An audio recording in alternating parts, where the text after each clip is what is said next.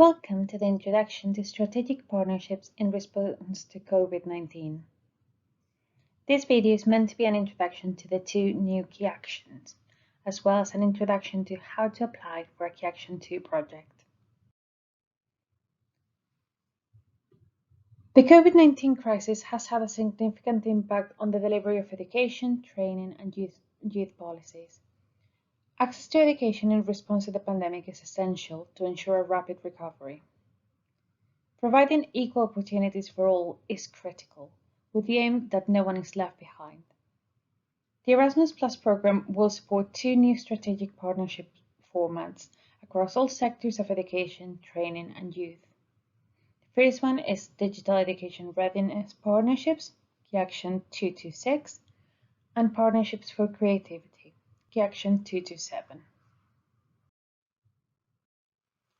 Digital education readiness projects aim to equip education and training systems to face the challenges presented by the recent sudden shift to online and distance learning.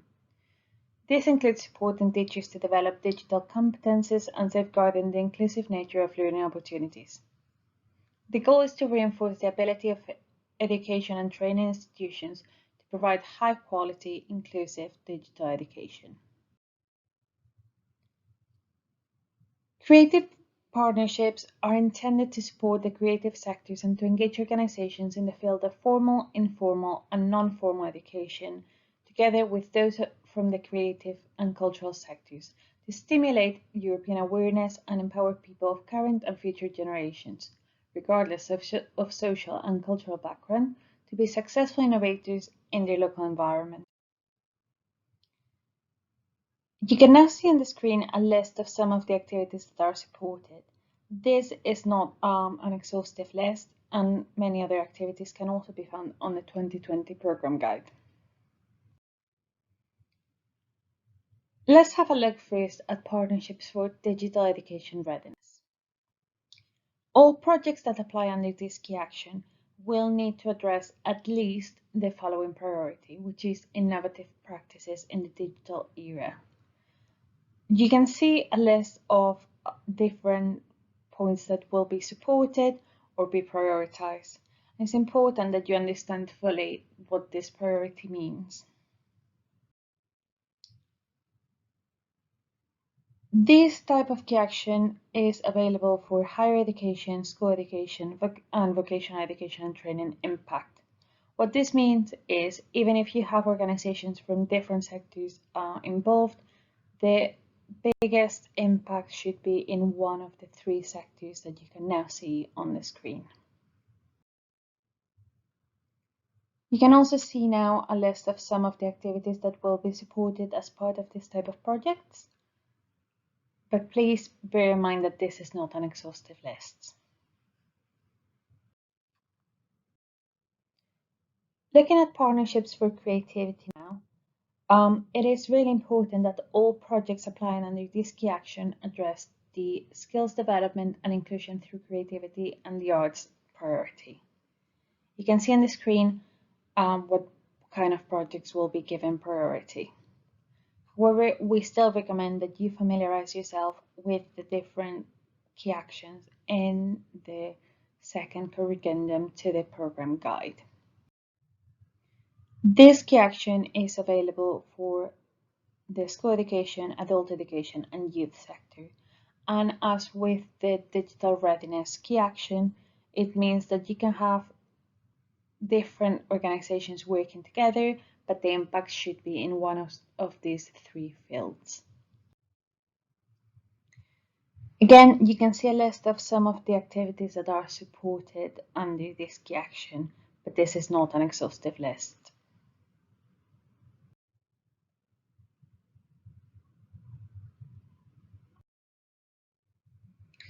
So, how do strategic partnerships or Key Action 2 projects actually work?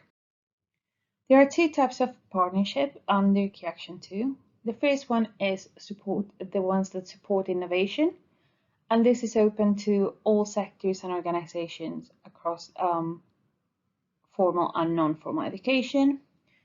And the second one is exchange of good practice that is open to all sectors apart from higher education.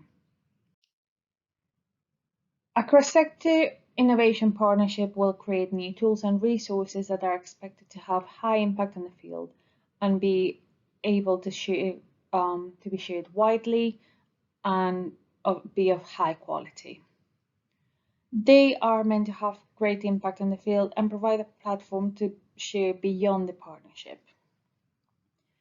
On the other hand, partnerships that support the exchange of practice are usually smaller and more localized impact projects where organizations compare working practice and learn and upskill each other.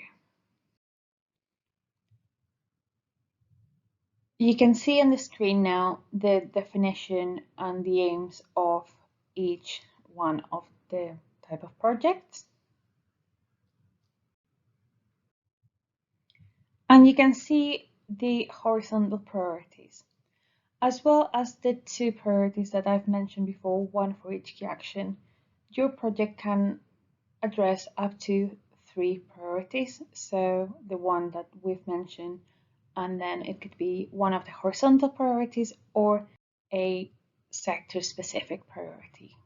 You can find these priorities in the following pages in the 2020 program guide.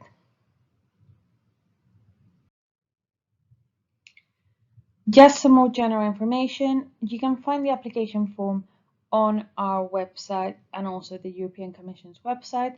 And this will take you to the European Commission's Erasmus Plus Forms portal.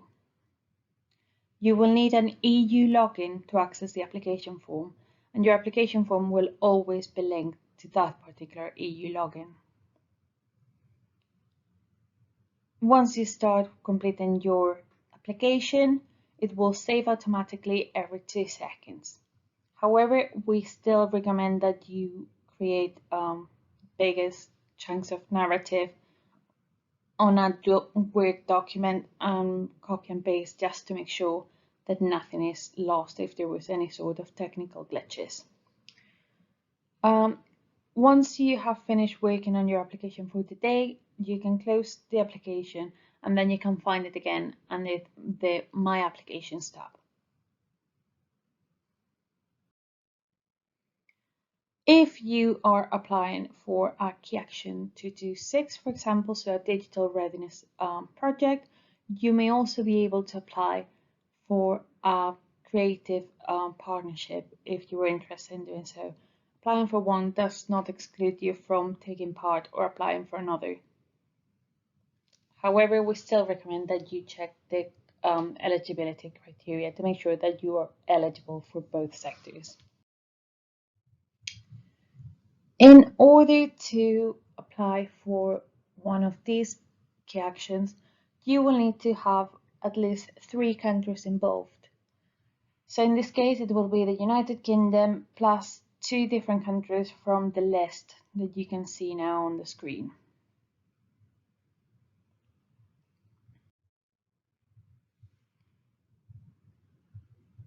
As well as having a minimum of 2 additional partners from 2 different countries on top of the UK applicant. You can involve partners from a range of countries or from the same country to increase your partnership to make it bigger. You can also include partner countries, which are the partners that, the countries that were not included in the list that we've just looked at. And it's pretty much the rest of the world, but there's a list of countries on the 2020 program guide. If you want to involve partner countries, you will need to provide a strong justification to show why their participation is needed. Your partners and yourself can work in different fields of education, youth, sport, and creative industries, but the biggest impact, as we've mentioned, should always be on the field of your chosen sector. As I mentioned before, the minimum size of the partnerships is 3 partners, but there is no maximum size. The applicant organization will need to apply for funding on behalf of the whole partnership, and they will apply to the national agency on the country where they are based. Most projects will last between 12 and 24 months, but please refer to the second corrigendum of the 2020 program guide to check the minimum duration applicable to your chosen sector. Funding will be limited to a maximum of €300,000 for projects with duration of 24 months. Budget for project management and implementation is capped at the equivalent of funding for 10 participating organizations, even if you include more partners. All the activities of a strategic partnership must take place in the countries of the organizations participating in the project or at the seat of an institution of the European Union, even if the project doesn't include any organizations from the country that hosts the institution.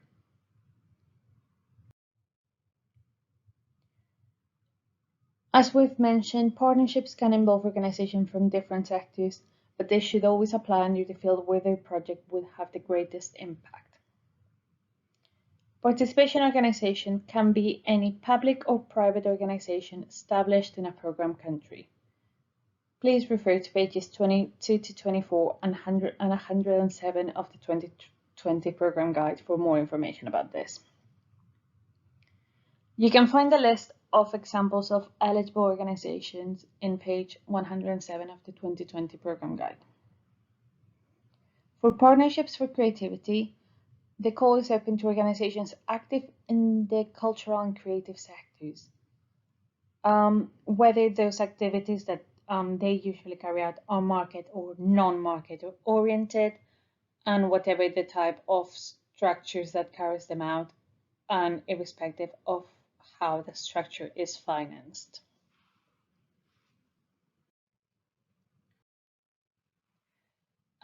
What you are going to be able to see now is a summary of the different budget categories for Key Action 2. It is very important that you apply for all the costs that you think you will need to deliver the project. Erasmus Plus works on a co-financing principle, which means that your organization might also have to cover some of the costs. However, you should still apply for any cost that you will need to deliver your project. There's a difference between unit cost and actual costs. Unit costs are those that are automatically calculated using a flat rate provided by the Commission, and actual costs are the ones that you will need to provide an estimate or a quote for. The first one is project management and implementation, and is funding that all projects and all partners will be eligible for. It is calculated based on the duration of the project, and it is meant to use on activities that will allow the project to be successful. So coordinating and cooperation activities, for example, dissemination, things like that will be included under this particular budget. You can also apply for transnational project meetings, which are planning and project meetings that you can carry out throughout your project. These are not learning activities or activities to upskill or receive training. These are more intended towards the planning and the management of your project. If you are applying for an partnership that supports innovation, you will be able to apply for funding for intellectual outputs.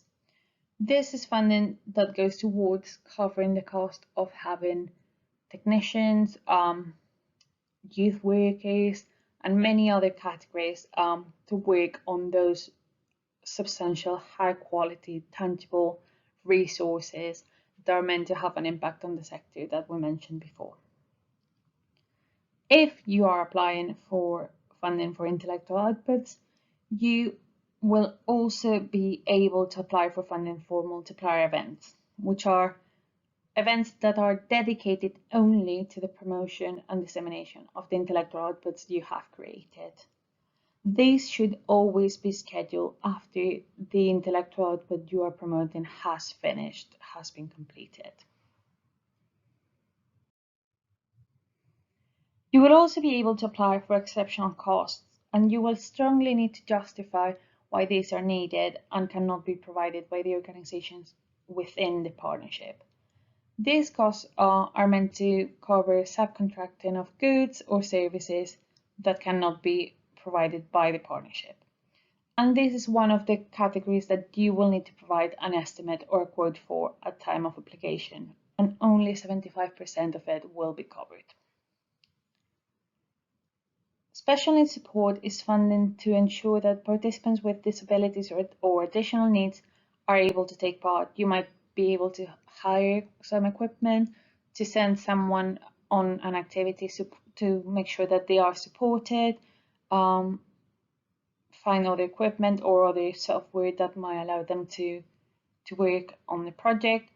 It is completely up to you to identify the needs that your organization and the participants that will be linked to your organization might have and to apply for this. This again is an actual cost, so you will need to provide an estimate, and 100% of these costs would be eligible for funding. Of course, with both of these is as long as the activities are justified and everything's been recent.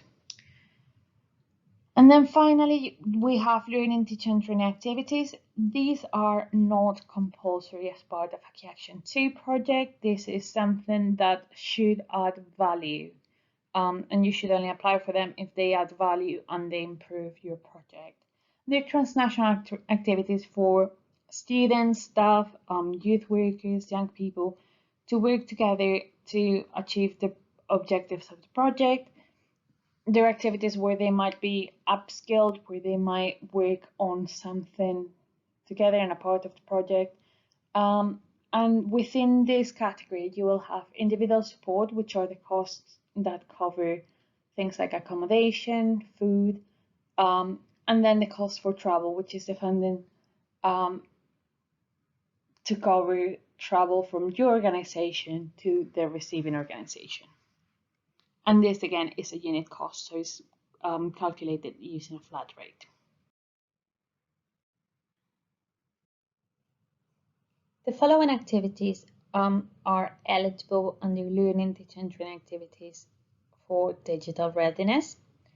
As you can see, they all have a minimum and maximum duration, and this does not include travel days. The minimum duration and the maximum duration are the ones that look into the work that is being done while you're on a mobility. The same way, these are the eligible learning, teaching, and training activities under creativity partnerships, and they also have a minimum and maximum duration that does not include travel days. So, how to apply? First of all, we would recommend that you look at the award criteria that is outlined in the second corrigendum to the 2020 program guide. Please continue to refer to these as you prepare your project. You can find more information about scoring criteria in the 2020 Guide for External Experts, which is available on our website. To be funded, an application must score at least 60 points overall and meet the minimum required score per criteria, which is half of the points in each criteria. Please note that Erasmus Plus funding is really competitive, and you should try to put together the best application you can to score as highly as possible. The four categories you can see on the screen now will be assessed. So relevance of the project will be worth 30 points. Quality of the project design and implementation will be worth 20 points. Quality of the project team and the cooperation arrangements will be worth 20 points as well. And impact and dissemination of the project will be worth 30 points. As I've mentioned, you should score at least half of the points in each of the different criteria just to be eligible for funding. Some top tips on the narrative. These are quite general, and hopefully they will help you prepare the narrative sections for your project. First of all, choose your partners carefully and make sure that you have all the skills and expertise that you would need to deliver the project within the partnership. Also, make sure to access the national agency support and guidance to make sure that you put together a robust application. Refer to the eligibility, quality, and budget rules in the program guide and the corrigendum to make sure that what you're applying for is eligible. Please make sure that your partners are aware of all requirements through the whole project from application stage until reporting stages. Include all key information in the application form. Don't assume anything and try to make sure that you give a clear and detailed picture of what your project will be doing and what it will try to achieve. Which leads me to mention that you need to make sure that your project is achievable within the time frame and within the budget rules and within your organization's own work plans. And as I mentioned before, make sure that you provide plenty of information to give a clear and detailed picture of your project. So when you're working on your partnership, for example, you might want to consider a range of questions. So who is in the partnership? What is their expertise? How will this expertise support the project? And what will the role of this partner be in the project?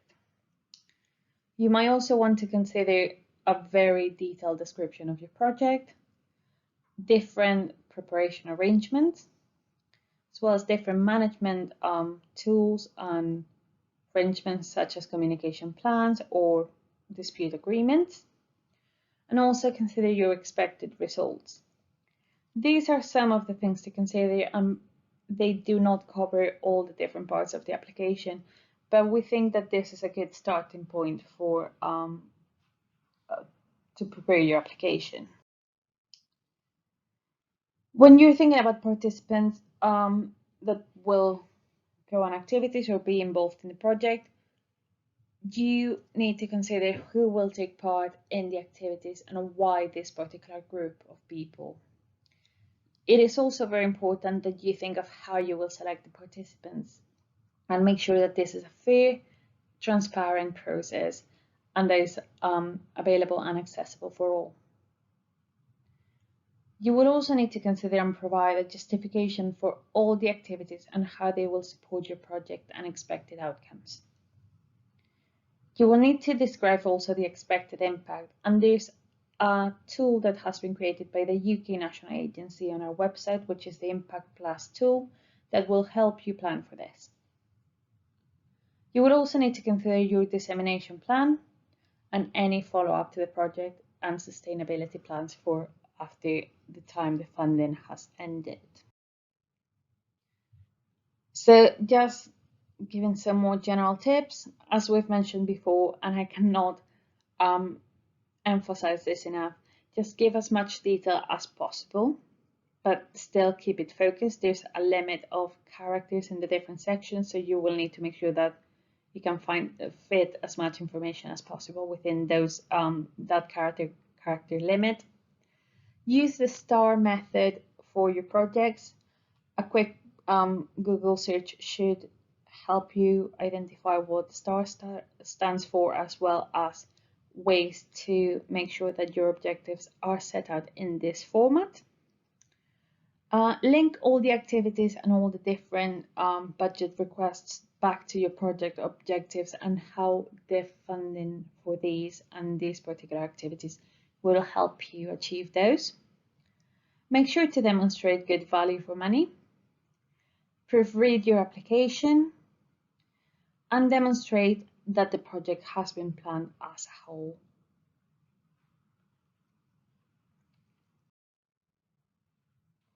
Going back to the impact part of it, as I mentioned, there's some resources that we have created that will help you anticipate and assess your impact. But it's also very important that you identify clear and focused objectives and that you can then link to your impact. So think of the target groups for your project and how your project will make a change in those groups. It is also very important that you think about dissemination. This funding is, as I mentioned before, very competitive, and it's expected that your project will have an impact on the sector. So you will need to share um, what you achieve to make sure that it reaches as many people as possible, and also those that were not able to obtain funding to carry out their own projects. So at this point in time, you should be drafting dissemination and exploitation plans.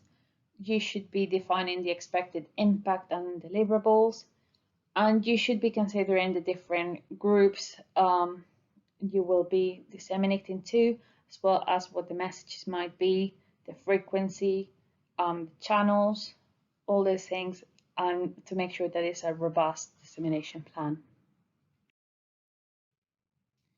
So to prepare, the first thing you need is an organization ID.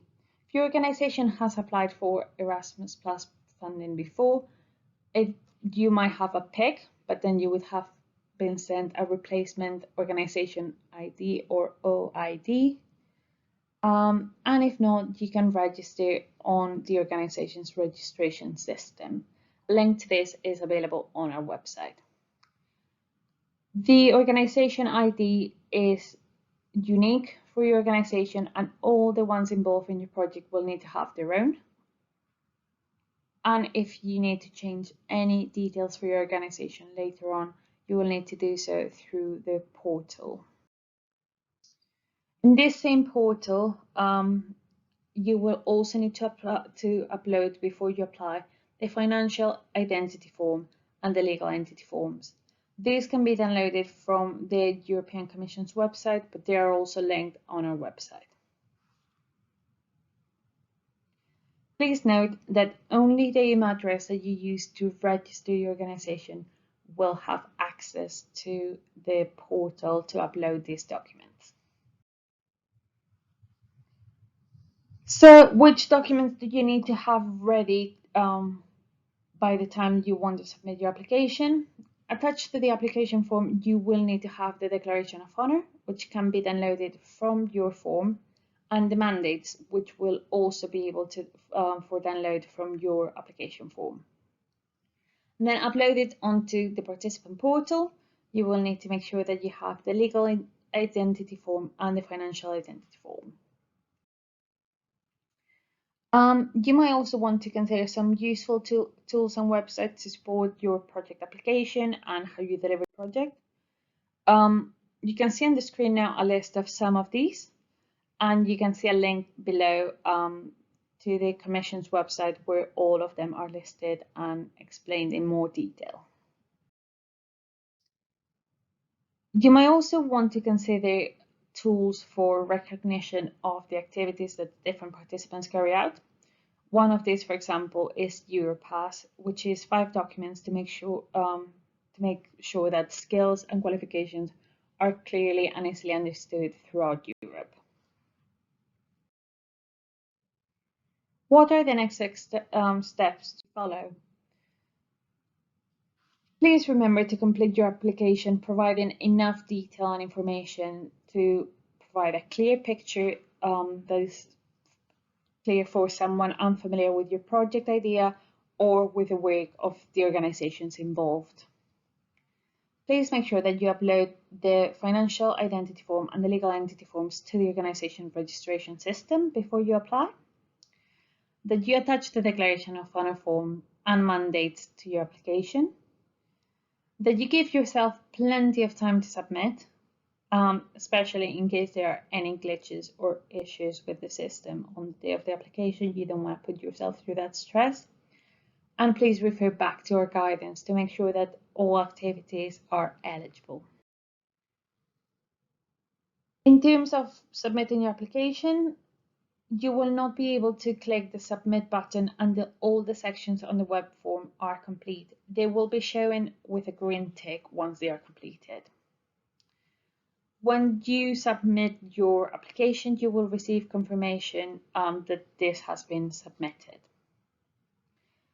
Please only submit your application when you're happy with the finalized version. However, if you submitted the application and then decided to make any changes, you can return to it and edit it and resubmit as long as you did before the deadline. Before the applications are sent for assessment to the external experts, they are checked for eligibility. So you should check that you're an eligible organization before you apply, but then it will be checked whether this is the case or not. If you have any queries or would like any further support with your application, you can contact us at the email addresses that you can see on the screen now. We will also be offering other types of support, such as calls, for example, and guides to each of the 2 key actions are also available on our website. Thank you so much for watching and best of luck with your application.